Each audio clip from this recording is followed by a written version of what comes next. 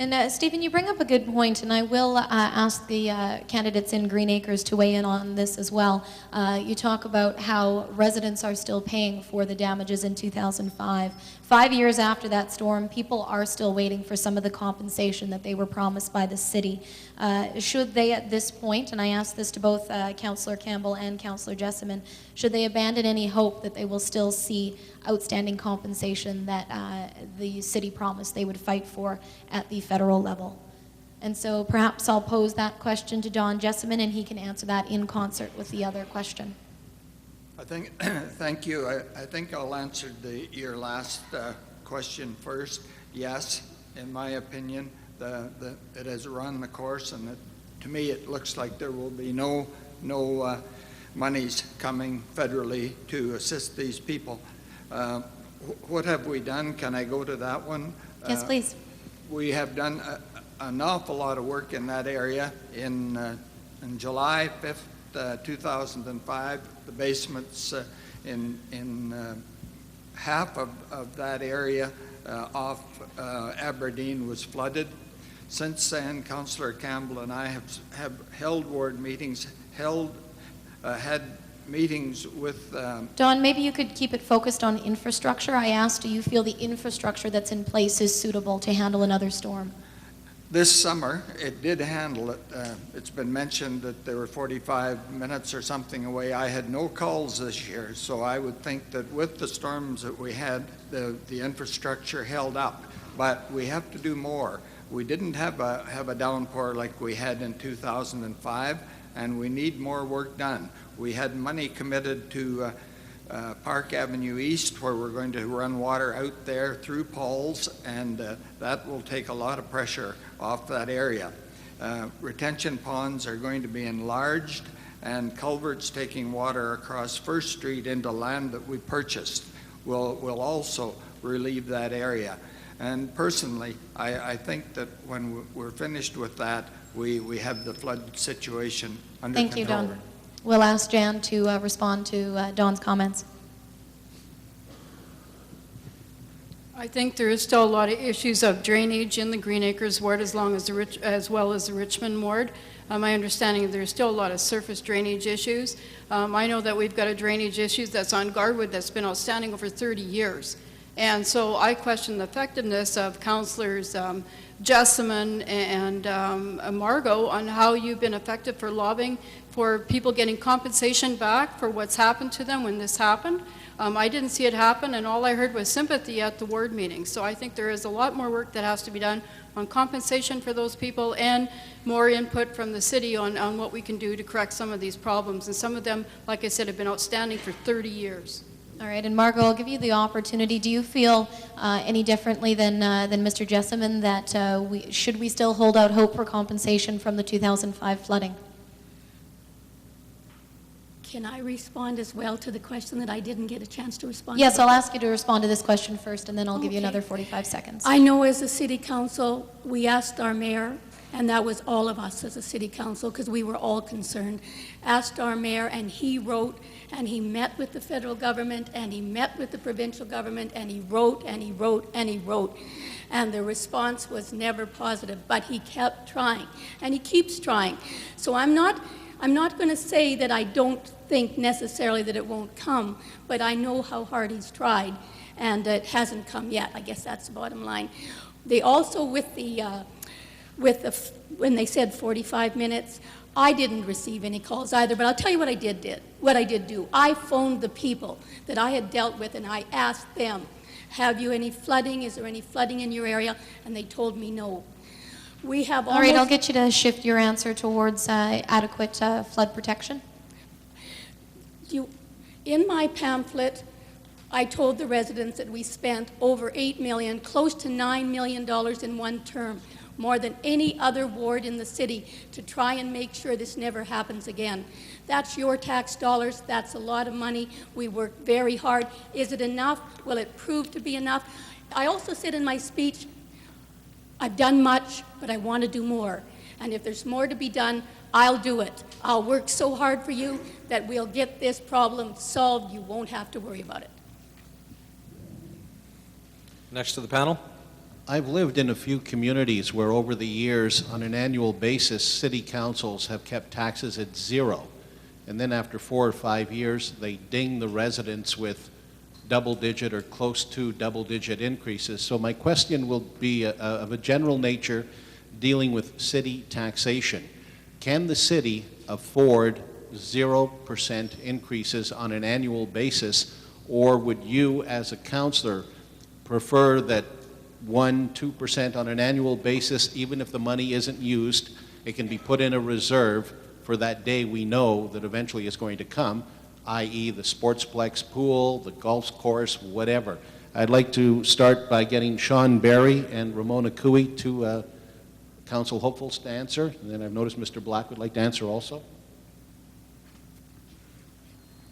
Sorry, John, can I get you to repeat the question?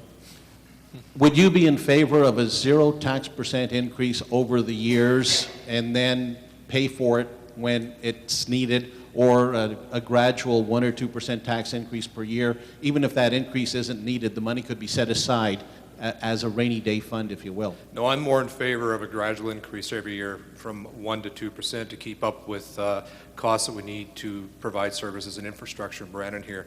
Having it all come at once because we want to do major projects and that is just too big of a hit for any kind of a business or a household to take in 1 year. And I would prefer to see us do it at a gradual basis rather than a big hit all at once. Ramona Cooey? Thank you. I would be in favor of preparing our annual budgets based on status quo city operations that reflect a realistic rate of inflation, and however that then rolls out. Errol Black? Well, 0 is not on. I mean, they've done that in Winnipeg for the last 13 years. Glenn Murray, the present guy, Mr. Cates, 0% increase. And the outcome is a deterioration of the infrastructure. So there's a big burden there that's going to have to be addressed somewhere down the line. And in fact, I mean, if you don't address it, then you get the sort of problem that we had with the flooding in the south end of the city. So I'm assuming your answer is in favor of at least keeping up with inflation. Yes, at least, probably more, because we already have a backlog. Darlene Paquette? As a taxpayer, I wish we could keep taxes at 0%.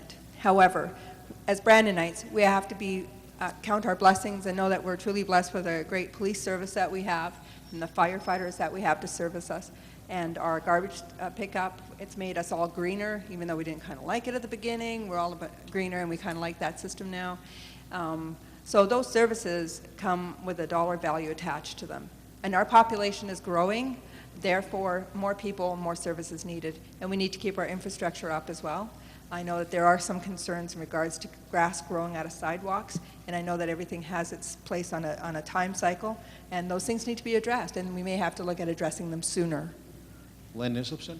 Yeah, I kind of agree. We definitely cannot sit back and not have tax increases. I think if you ask anybody in the city of Brandon, they expect to pay taxes as long as their taxes are going to good causes and good resources. I think if you sat back and didn't charge increased taxes for the next 5 years, that 6th year is going to be incredible. I believe we need to have a steady flow of tax increases based on our needs, and if we want to go higher than that, then that's where we have to get off our butts and get out there and promote our city.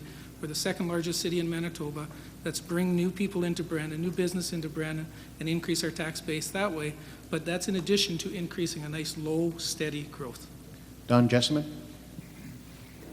Yeah, thank you. I'm certainly in favor of the 0 budget, starting off with 0 budget, but I think we should always keep that cost of living. If things are going up, then we should be with that, and that is exactly what has been happening with the budgets as we've prepared them in the last 3 to 5 years.